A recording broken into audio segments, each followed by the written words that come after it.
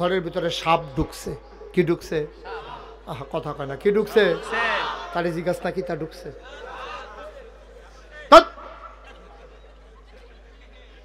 মনোযোগ দিয়ে শুনবা না? কি ঢুকছে? তো ঘরের ভিতরে সাপ ঢুকলে মানুষে কি কয়, মাশাআল্লাহ, আসেন আসেন, আমরা ঘরে সাপ ঢুকছে, আইয়েন সাইতে নেবেন কারা, এই কথা কয়। চিল্লা ফাল্লা ফুইটাকে জায়গা সাপ সাপ সাপ। কার গণনা ঢুকছে? আব্দুল্লাহ ইবনে দেখছো ওয়াজ কি লাভ হইব কও? এই যে আমরা যে ওয়াজ করতে আসি, সেই দিনে না মনে হয় ওয়াজ শুরু করলাম, 33 বছর দৌড়িয়া গেছে। মাইকটা ইয়া করো, এই যে বাড়ি খাওয়া আওয়াজ একটু কমাই দাও। 33 বছর ধরে গেছে আমি মুশতাক হয়েছি যে ওয়াজ করি। ওয়াজ তো করতেই আসি, মানুষের বুঝাইতেই আসি, বুঝ যায় কো। এই যে ওয়াজ, এই ওয়াজটা আমি তো মাসাল্লাহ আপনি অনেক লোক হয়ে গেছেন কেনা। আমি ওয়াজ করে বাড়িতামও পারতাম না। এবারায় আবার লগের বেড়ারে কইব, হুজুরা কত কথাই কইব, সব কথা হুন্ডা ফাড়া দিত বেরিয়ে গেল। এখন বিড়িটা টানতে আছে, আর এবার আটতে আছে, ওয়াজ দোমার লোকে উঠতে আছে। আব্দুল্লাহ ইবনে মাসউদ, আব্দুল্লাহ ইবনে মাসউদ, উনি রইসুল ফোকাহা, ফকিদের সর্দার, মুফতিদের সর্দার। উনি নামাজও করি, কথা মনে আছে নিও। ওনার গণনা কি ঢুকছে? কি ঢুকছে? সাপ ঢুকছে। পরে সবাই কি চুপ করে রয়েছে না? চিল্লা পাল্লা শুরু হয়েছে। তারপরে অসুবিধা করে নামাজ সব হারালো করতেন না।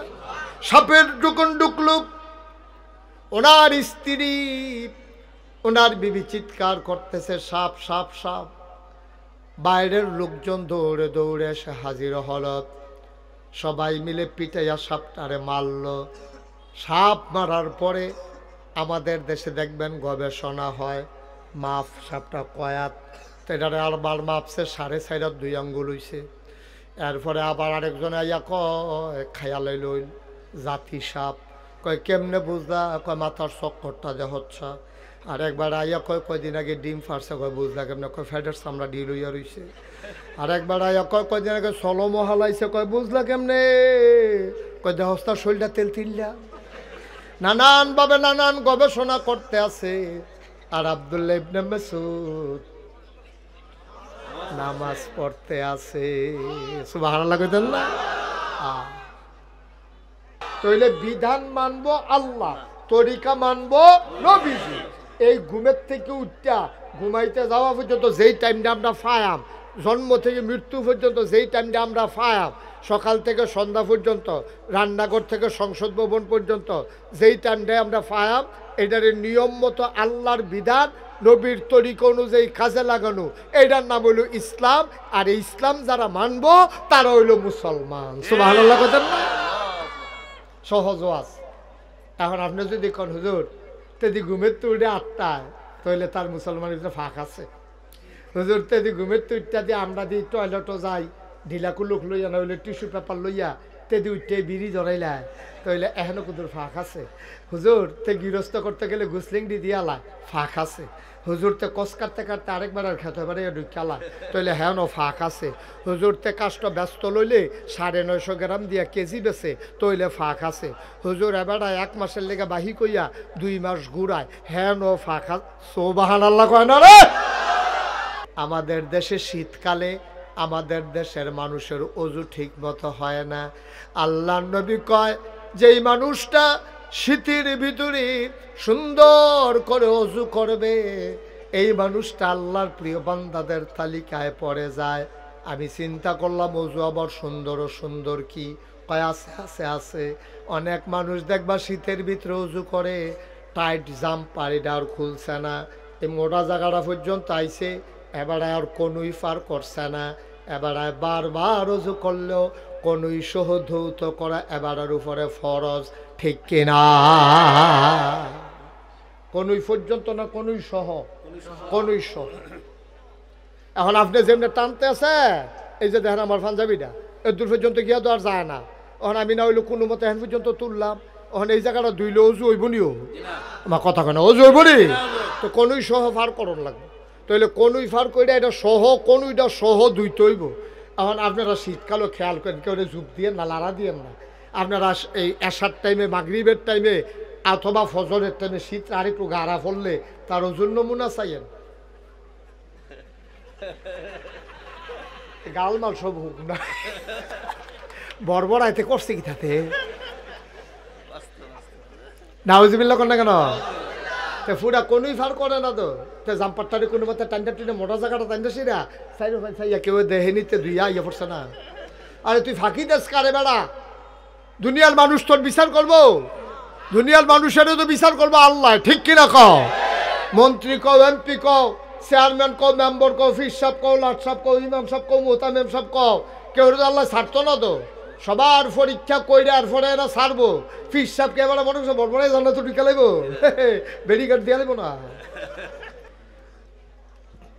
আল্লাহর শুকরিয়া আদায় করলে লস না লাভ কম না বেশি প্রমাণ আছে নাকি নাই আমার আল্লাহ রাব্বুল আলামিন কোরআনুল কারীমে কত সুন্দর করে ওয়াজ করে দিলেন লা ইন শাকারতুম লা আযীদান্নাকুম ও দুনিয়ার মানুষ নিয়ামত পেয়ে যদি শুকরিয়া আদায় করবে যেই নিয়ামত পেয়ে শুকরিয়া আদায় করবে শুকরিয়া আদায়ের কারণে সেই নিয়ামত আমার আল্লাহ আরো বহুত গুণে বাড়িয়ে দেবেন বলেন সুবহানাল্লাহ আমার আল্লাহ যা বলেন তা করেন নাকি করেন না কম কম না বেশি বেশি প্রমাণ আছে নাকি নাই কোরআনুল কারীমে 30 পারায় সূরা বুরুজের শেষ অংশে আল্লাহ কত সুন্দর করে ওয়াজ করে দিলেন আল্লাহ বলেন ফাআলুন লিমা ইউরিদ আমার আল্লাহ এমন আল্লাহ তার যা মন চায় ওই কাজটাকে আমার আল্লাহ বেশি বেশি করে দেন বলেন সুবহানাল্লাহ হালকা একটু কমাই দাও হালকা বন্ধুরা আমার ভাইরা আমার এই দুনিয়ার ভিতরে আল্লাহ তাবারক ওয়া তাআলা বড় আদর করে আমাদেরকে মানুষ বানিয়েছেন বিনিময়ে আমাদের কাছে কিচ্ছু চান নাই আল্লাহ তাবারক ওয়া তাআলার সন্তুষ্টি পাবার আশায় আমরা যদি চলতে চাই আল্লাহ কয় ইয়া আইয়ুহান নাস হে দুনিয়ার মানুষেরা ও মাধবপুর ঈদগার ময়দানে যারা এসেছো শুনো ইয়া আইয়ুহান নাস হে মানুষেরা উবুদু তোমরা ইবাদত করো সুবহানাল্লাহ কয় না কয় কার ইবাদত করব রব্বাকুম যিনি তোমাদের রব আমরা বলি রবকে কয় আল্লাযী খালাকাকুম যিনি তোমাদেরকে সৃষ্টি করেছেন ওয়াল্লাযীনা মিন ক্বাবলিকুম আর তোমাদেরকে শুধু নয় তোমার আব্বা তোমার আম্মা তোমার দাদা তোমার দাদি তোমার নানা তোমার নানি তোমার 14 গোষ্ঠী তোমার জাতির পিতা ইব্রাহিম তোমার আদি পিতা আদম আদি মাতা হাওয়া তোমার নবী মুহাম্মদুর রাসূলুল্লাহ সাল্লাল্লাহু আলাইহি ওয়াসাল্লাম সবাইকে যিনি সৃষ্টি করলেন উবুদু রব্বাকুম ইবাদত করবে শুধুমাত্র কেবলমাত্র একমাত্র ওই আল্লাহর ঠিক কিনা এখন আমি যদি আপনাদেরকে জিজ্ঞেস করি আচ্ছা ইবাদত কারে কয় তা আপনারা কইবেন যে হুজুর নামাজ পড়ুন রোজা রাখুন হজ করুন যাকাত দেন এরপরে গিয়া উমরা করুন কুরবানি দেন এগুলো ইবাদত হ্যাঁ অবশ্যই এগুলো ইবাদত কিন্তু মুমিন জীবনে খুব খেয়াল করেন চিকন কথা মুমিন জীবনে সকাল থেকে সন্ধ্যা রান্নাঘর থেকে সংসদ ভবন জন্ম থেকে মৃত্যু আপনি মাইকটা একটু টান দেন তো সামনের দিকে না আপনি না একটু সামনের দিকে টান দেন এত না আরো কম ঠিক আছে বলেন আমিন জুড়ে জুড়ে বলেন তো ইবাদত কারে কয় আমি এখন যদি আপনারা জিজ্ঞেস করি আপনারা কি বলবেন যে হুজুর নামাজ পড়া রোজা রাখা হজ করা যাকাত দেওয়া এটা তো ঠিকই যখন আল্লাহ নবী আল্লাহর পক্ষ থেকে ডেকে বললেন কৌলু লা ইলাহা ইল্লাল্লাহ তোমরা সবাই পড়ো লা ইলাহা ইল্লাল্লাহ আমি বলতেছি আপনারা পড়েন লা ইলাহা এটা বলার পরে আমাদের 4টা কাজ আমাদের জন্য উল্লেখযোগ্য আল্লাহ তাবারক ওয়া তাআলা জানিয়ে দিলেন। কি দিলেন? নামাজ, রোজা, হজ, যাকাত। সুবহানাল্লাহ বলবেন না? আকিমুস সালাহ ইউকিমুনাস সালাহ কাদ আফলাহাল মুমিনুন আল্লাযীনা হুম ফী সালাতিহিম খাশিউন। আকিমুস সালাহ ইন্নাস সালাতা তানহা আনিল ফাহশাই ওয়াল মুনকার। এভাবে নামাজের কথা বললেন। রোজার কথা কি বললেন? ইয়া আইয়ুহাল্লাযীনা আমানু কুতিবা আলাইকুমুস সিয়াম কামা কুতিবা আলাল্লাযীনা মিন ক্বাবলিকুম লাআল্লাকুম তাত্তাকুন। হজের কথা কি কইল? ওয়ালিল্লাহি আলান নাসি হিজ্জুল বাইতি মান ইসতাতা ইলাইহি সাবিলা ওয়া আতুজ যাকাত, তোমরা যাকাত দিয়ে দাও। এইভাবে সবগুলো হুকুমের কথা, নামাজের কথা, রোজার কথা, হজের কথা, যাকাতের কথা, আবাদত বন্দিগির কথা আমরা মনে করি এগুলা আবাদত, কিন্তু না। এখানেই হলো আমাদের দেশের সমস্যা। আমাদের দেশে মনে করে নামাজ, রোজা, হজ, যাকাত, টুপি মাথার দেওয়ান, দাড়ি রাখুন, পাঞ্জাবি গাও দেওয়ান, তারপরে বেডিতে পর্দা করন, এই দিয়ে বুধহয় মাদ্রাসাত ফলাফেনে পড়ন, এই দিয়ে বুধহয় আবাদত না। এই দিয়ে আবাদত না। এই মোবাইল বন্ধ করো, মোবাইল লাইভ তো লাইভ দিলে তুমি চাই রুচি করতে, এটার ভিতরে তুমি আমার দিকে চাইয়া থাকো, অন্য দিকে চাইয়েন না। কারণ ওয়াজ এটা সাংঘাতিক বিষয়, এটা কিন্তু ডেঞ্জারাস জিনিস। ওয়াজ হইল এরকম, এটা যার দিকে চাইবেন আপনার তার কথাই মনে পড়ব। আপনার ট্রাক্টরের দিকে চাইয়া জীবনে কোনো রিক্সা লইয়া চিন্তা করতেন না। কেন? ট্রাক্টরের দিকে চাইলে আপনার ট্রাক্টর লইয়া চিন্তা করবেন, রিক্সার দিকে চাইলে রিক্সা লইয়া চিন্তা করবেন, চেয়ারম্যানের দিকে চাইলে মেম্বরের চিন্তা করতেন না, ঠিক নেই? তো সুতরাং আপনি যখন আমার দিকে চাইয়া থাকবেন, আমি যেই কথাটি কমু এই কথাটি আপনার ভিতরে তাসির করব, আপনার মনোযোগ আকর্ষণ করব। আপনি যদি সাইড ফেল চকর বকর চান, এফেল এফেল চান, তাহলে কি হতো না, মনোযোগ থাক। আমিন কর না কেন? জোরে বলেন, আরো জুড়ে। কি তোরা মাধবপুরে ফলাফেন কি এরকম হইস তোরা? আওয়াজ কো এমনি হুড়ু হুড়ু করো, রাস্তার মধ্যে দেখি ইয়ে বা কন্ট্রাক্টরের লোক ঘুষা ঘুষি লেগে গেলাম, তখন আওয়াজ কো হয় বলো আমি পারবো, এতান্ডে ঘুষা ঘুষি করতে পারবো। মার হাবা বলো। তাহলে যেই কথাটা কইতাম ইসলাম, আমরা মনে করি এই দিয়ে আবাদত, কিন্তু আসলে এই এত শুরু না আবাদত। একটা মানুষের জন্ম থেকে মৃত্যু, খেয়াল করে, একটা মানুষের জন্ম থেকে মৃত্যু, রান্নাঘর থেকে সংসদ ভবন, সকাল থেকে সন্ধ্যা, আর বাকি রইল কি ঘুম থেকে ওঠা, ঘুমাইতে যাওয়া, মাঝে যত কাজ আছে সবগুলা কাজ আল্লাহর বিধান মতো করা, নবীর তরিকা অনুযায়ী করা, এইটাই হইল ইবাদত। বলো সুবহানাল্লাহ।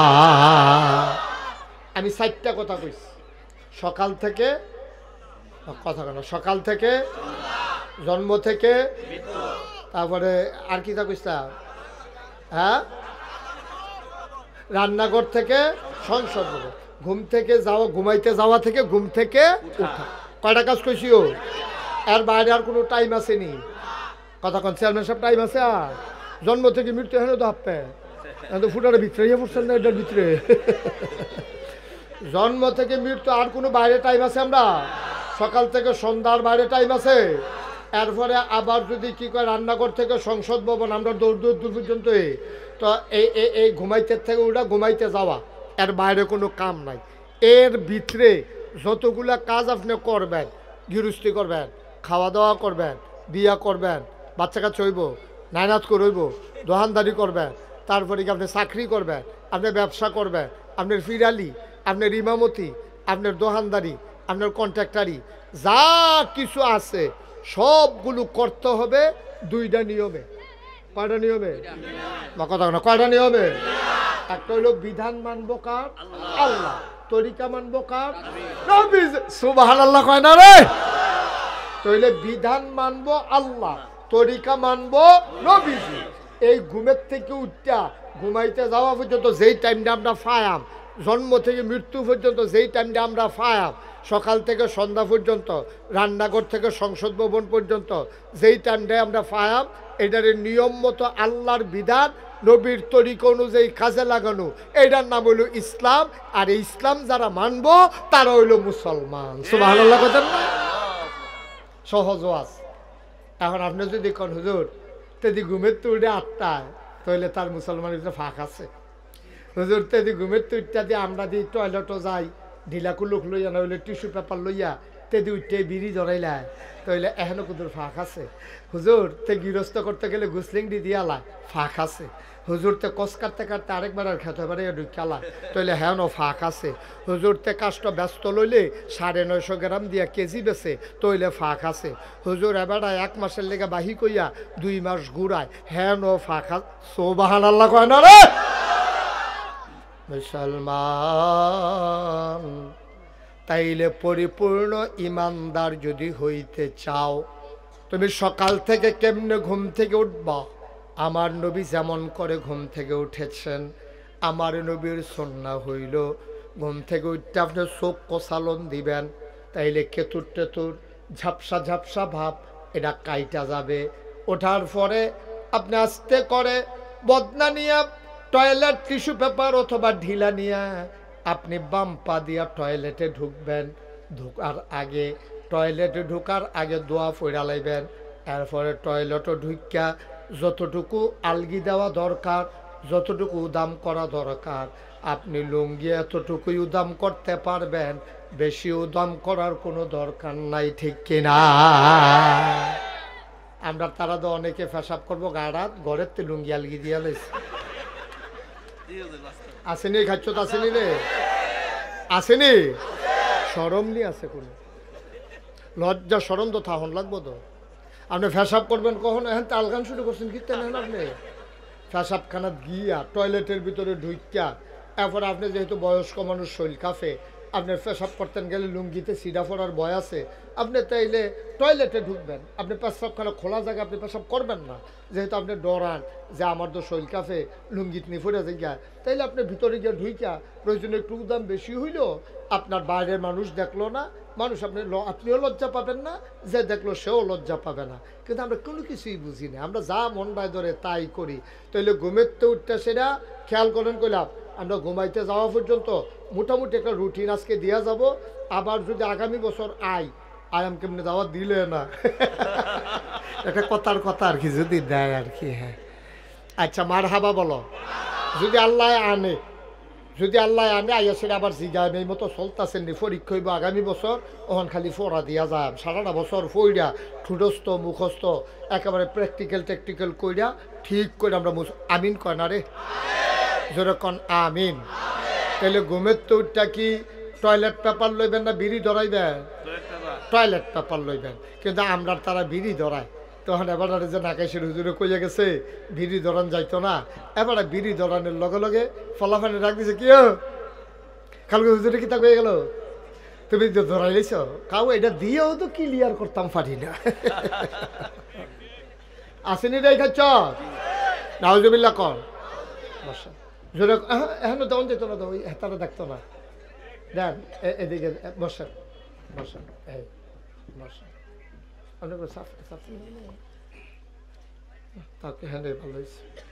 মার হাবা কন ভাই আমরা লেগে মুসলমান হইতাম পারছি না আমরা মুসলমান হইতাম পারছি না আমরা মনে করি মাথার টুপি আছে থোতার দাড়ি আছে লম্বা পাঞ্জাবি আছে তে বুধহয় মুসলমান না না না না টুপি তো 10টা হইলে পাওয়া যায় দাড়ি তো না কামাইলে থাকে পাঞ্জাবি তো লম্বা করতে হলে 2 গজ কাপড় বাড়াই দিলে সারে এটার নাম মুসলমান না ওই যে কইসলাম সকাল থেকে কথা কেন সকাল থেকে মনোযোগ কম না সকাল থেকে এই সবটা কাজ মুসলমান মন দিয়ে শোনো নবীজি সব তোমারে শিখাই দিয়া গেছে কেমনে টয়লেটে যাওয়া লাগবে কেমনে ওযু করে মসজিদে ঢুকবা গোসলের কাম লাগলে কেমনে গোসল করবা কোনো কিছু নবীজি গোপন করে জান নাই এই জন্য কাফেরারা টিটকারি বাড়ত কিতারে তোরা এটা কি নবী ফাইছত এবার আইদি টয়লেটও কোন ফাও দিয়ে দুহন লাগবে এটাও শিখাই দেয় ঢিলা কেমনে ব্যবহার করা লাগবে এটাও শিখায় অজু গোসল কেমনে করবে এটাও শিখায় মুসলমানেরা কয় এই জন্যই তো নবী এমন কোনো জিনিস নাই যেটা আমাদের নবী আমাদেরকে শিখায় না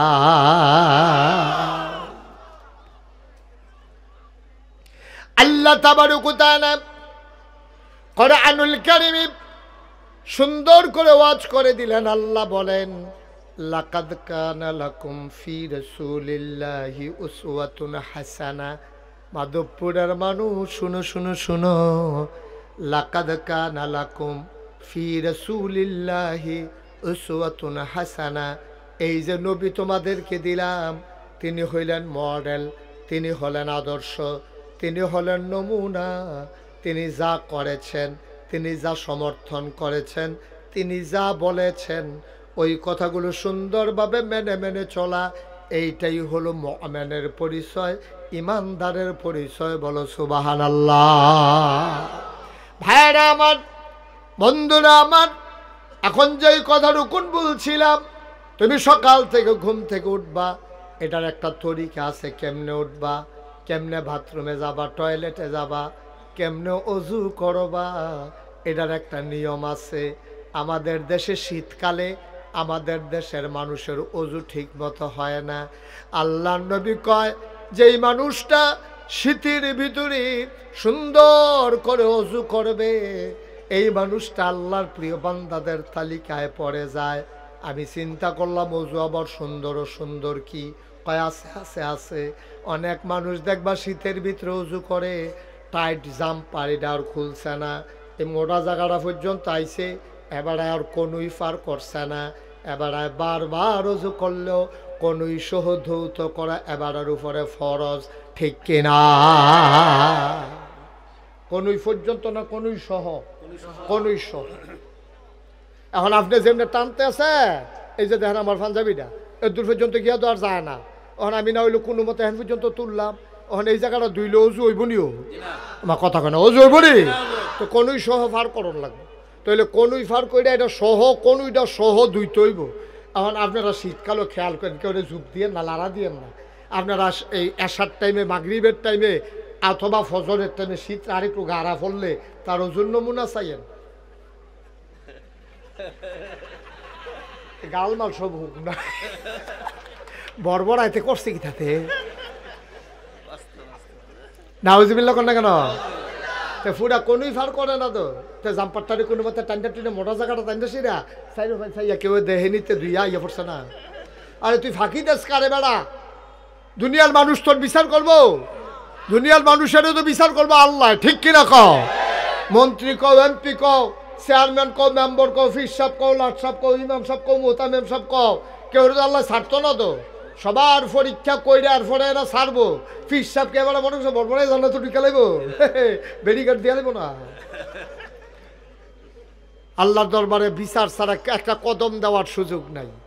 এই জন্য দেখছেন না, সারাটা পৃথিবীতে আপনি এইরকম ইতিহাস পাবেন না, সারাটা পৃথিবীতে এই ইতিহাস নাই যে একটা সরকারের আন্দোলনের মুখে হোক, নির্বাচনের কারণে হোক, যখন সরকারের পতন হয় আর এই সরকারের 330 জন মেম্বার অফ পার্লামেন্ট, এরপরে আপনার আমলা কামলা বদুল্লা, তারপরে গিয়া যত অফিসার, র্যাব, গোয়েন্দা কর্মকর্তা, বড় বড় ব্যবসায়ী, এক লগে এত্রি মানুষ পৃথিবীর কোনো দেশে একসাথে এতগুলো লোক পালায় যায় নাই, ঠিক কিনা কম?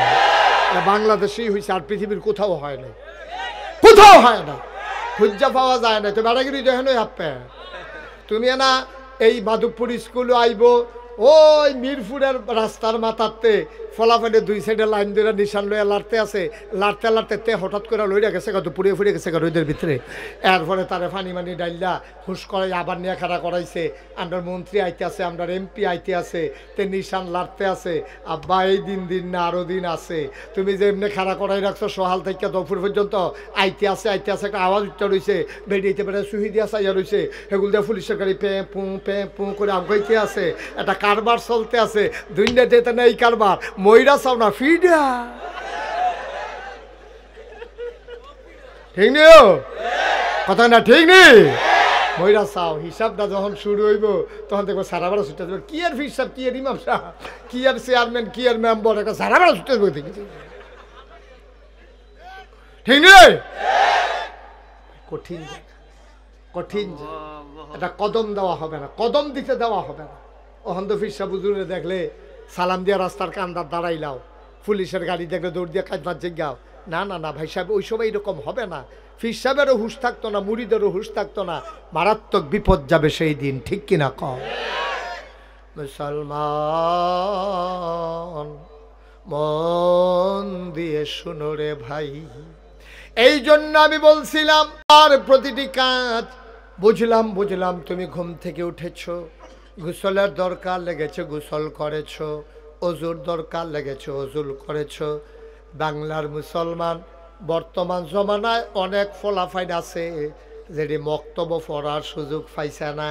জন্মের পরে গেছে গা কিন্ডার গার্ডেন, তারপরে গেছে হাই স্কুলও, এরপরে মার্শাল্লাহ এম এ পাস করে আইছে, তে সব শিখছে।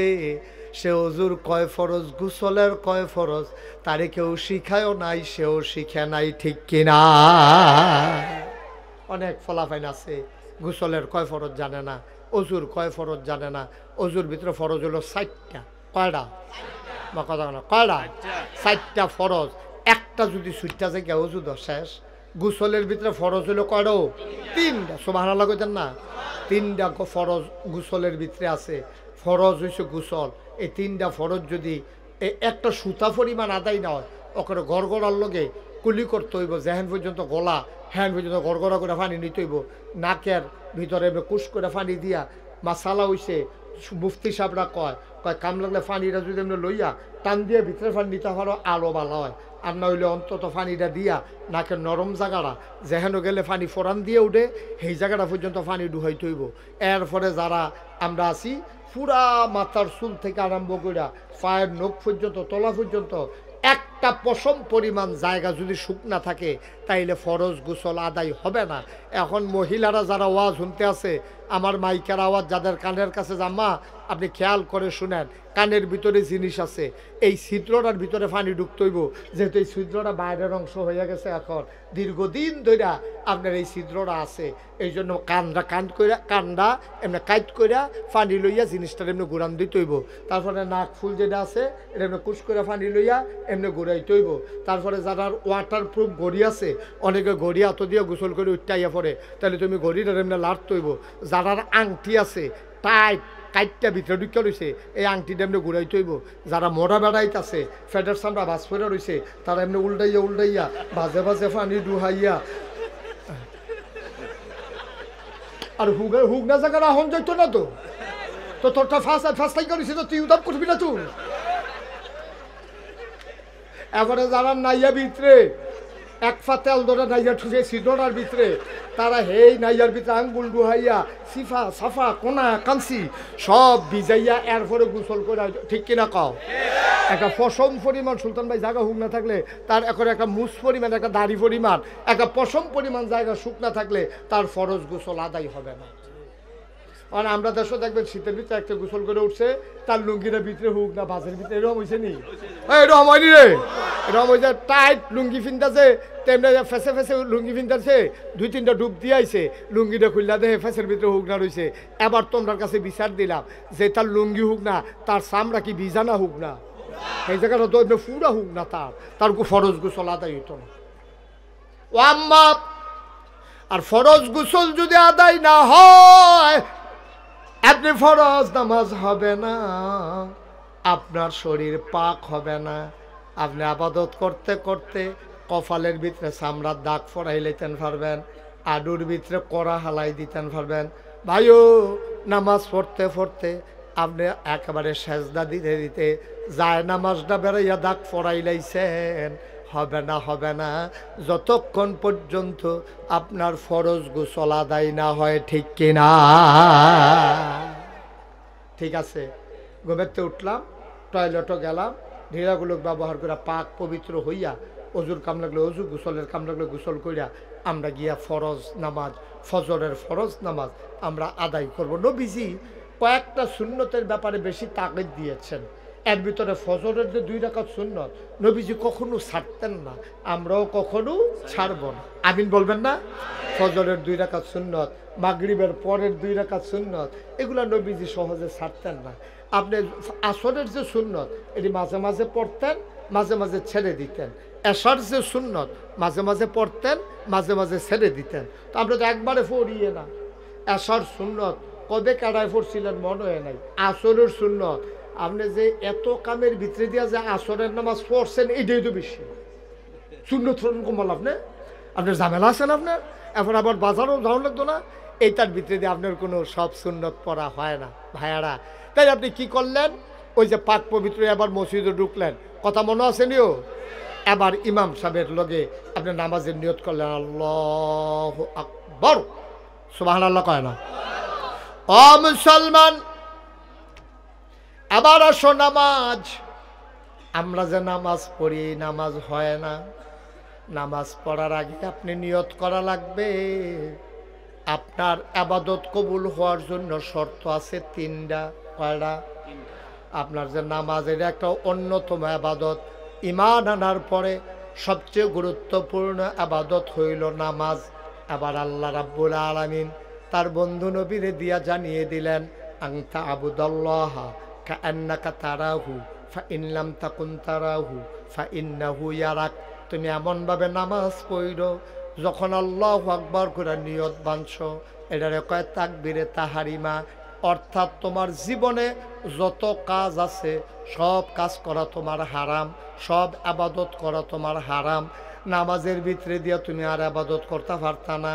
নামাজের মাইদে দিয়া তোমার সেহেরির টাইম জায়গায় তোমার যদি তোমার বউয়ে কয় দুগলা ভাত খাইয়া বাহি 2 রাকাত আবার এটার লগে মিলাইয়া ফইরেন, আব্বা হইতো না। নামাজের মাইদে দিয়া কেউ যদি কয় আসসালামু আলাইকুম, তুমি কইবা ওয়ালাইকুম আসসালাম, এইটা হইতো না। যদিও সালামের জবাব দেওয়া ওয়াজিব। কেউ যদি ভুলে তোমার নামাজ অবস্থায় সালাম দেয়, তুমি ইশারাও দিতে পারতা না, চোখ ফাঁকও দিতে পারতা না, আতেও না করতে পারতা না, সালামের জবাব তো দিতে পারতায় না। নামাজ পড়া পরে কাম লাগলে বেড়ারে কইবা আমি নামাজে ছিলাম, বলো সুবহানাল্লাহ। আপনি নামাজও করে দিয়েছেন, এমন টাইম একবার আইয়া আসসালামু আলাইকুম, অথবা যদি আপনার নামাজের ভিতরে একবার কইছে আসসালামু আলাইকুম, আপনি যদি নামাজ পড়তেছি দেখছ না, এই কথা কোন যাব? অথবা আপনি আল্লাহু আকবার আপনি নিয়ত বাঁধছেন, এই টাইমে যদি একজনে আইয়া সালাম দেয় আসসালামু আলাইকুম, কোনোটাই করণ যেত না। দেখছেন সালামের জবাব দেওয়া কি? কথা কয় না, সালামের জবাব দেওয়া কি? নামাজের ভিতরে না, নামাজের ভিতরে না। এই ওয়াজিব বারে বাদ দিয়ে লাউন লাগবো, কারণ আপনি নামাজ পড়তে আছে। কি কথা কইছে নবীজি, আন তা'বুদাল্লাহ কাআন্নাকা তারাহু ফাইন লাম তাকুন তারাহু ফাইন্নাহু ইয়ারাক। এমন ভাবে তুমি নামাজ পড়ো যেন তুমি তোমার আল্লাহরে দেখতেছ। ভাই, ও ভাই, তুমি একটা অন্যায় করতে 4 বার চতুর্দিকে চাও। তুমি নতুন বিড়ি খাওয়া শিখছ, কলেজও উঠছ, তুমি মাঠের মাঝখানো যাইগাও, আব্বাই নি দেখে আম্মাই নি দেখে, তারপরেও বলে কোনো মুরব্বী সামনে থাকলে তোমার বিড়ির মাথা থাকে সামনের দিকে, তুমি কোনো মতে 8টা সিফাইয়া সাফাইয়া খাইতে আসো। আটকা যদি মুরব্বীর সামনে ফুরে যাইগা মরসা দিয়া তুমি বিড়িটারি ইউট্রান দিয়া লাও, আসিল মাথা বাইরে লইয়াইছো ভিতরে, ঠিক কিনা? আল্লাহ কি কথা কইছে তুমি তো বুঝছো না। আন তা'বুদাল্লাহ কাআন্নাকা তারাহু, যখন তুমি আবাদত করো, যখন তুমি নামাজ পড়ো, তুমি মনে রাখবা যেন তুমি তোমার আল্লাহকে দেখতেছো। সুবহানাল্লাহ কইতেন না? আল্লাহরে দেখাইয়া দেখাইয়া আপনি গুনার কাম করতেন পারবেন? কি কথাটা কইছে, যখন তুমি নামাজ পড়ো যেন তুমি তোমার আল্লাহকে দেখতেছো। তুমি যদি বলো মাধবপুরের মানুষ আমরা তো হুজুর আল্লাহরে দেখি না, দেখবা কেমনে? যেটা দিয়া দেখা যায় ওই চোখের ভিতরে তোমার পর্দা পড়ে গেছে। দুনিয়ার চোখে পর্দা পড়লে আলেকার চোর বিশ্বরুট নিয়ে চোখ কাটাইয়া আনে, লেন্স লাগাইয়া আনে। ভাই, নামাজের ভিতরে যেই চোখ দিয়ে আল্লাহ দেখা যায় এটা কপালে থাকে না, এই চোখ থাকে বাম দুধের 2 আঙ্গুল নিচে। তুমি মনে মনে এমনভাবে নামাজ পড়তেছো, দিন দুনিয়ার তোমার খবর নাই, তুমি নামাজই পড়তে। সুবহানাল্লাহ কয় না? আচ্ছা, আমি যদি না দেখি আল্লাহ কয় ফাইন লাম তাকুন তারাহু, আর তুমি যদি না দেখো, তোমার দেখার ক্ষমতা নাই, তখন তুমি কেমনে নামাজ পড়বা?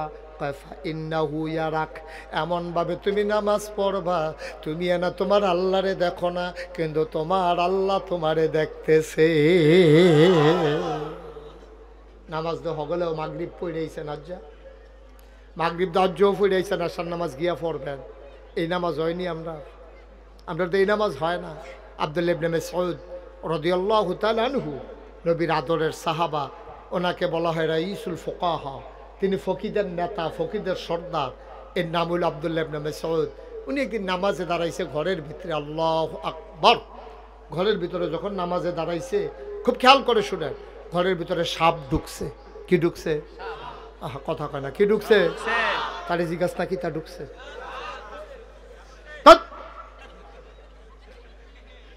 মনোযোগ দিয়ে শুনবা না, কি ঢুকছে?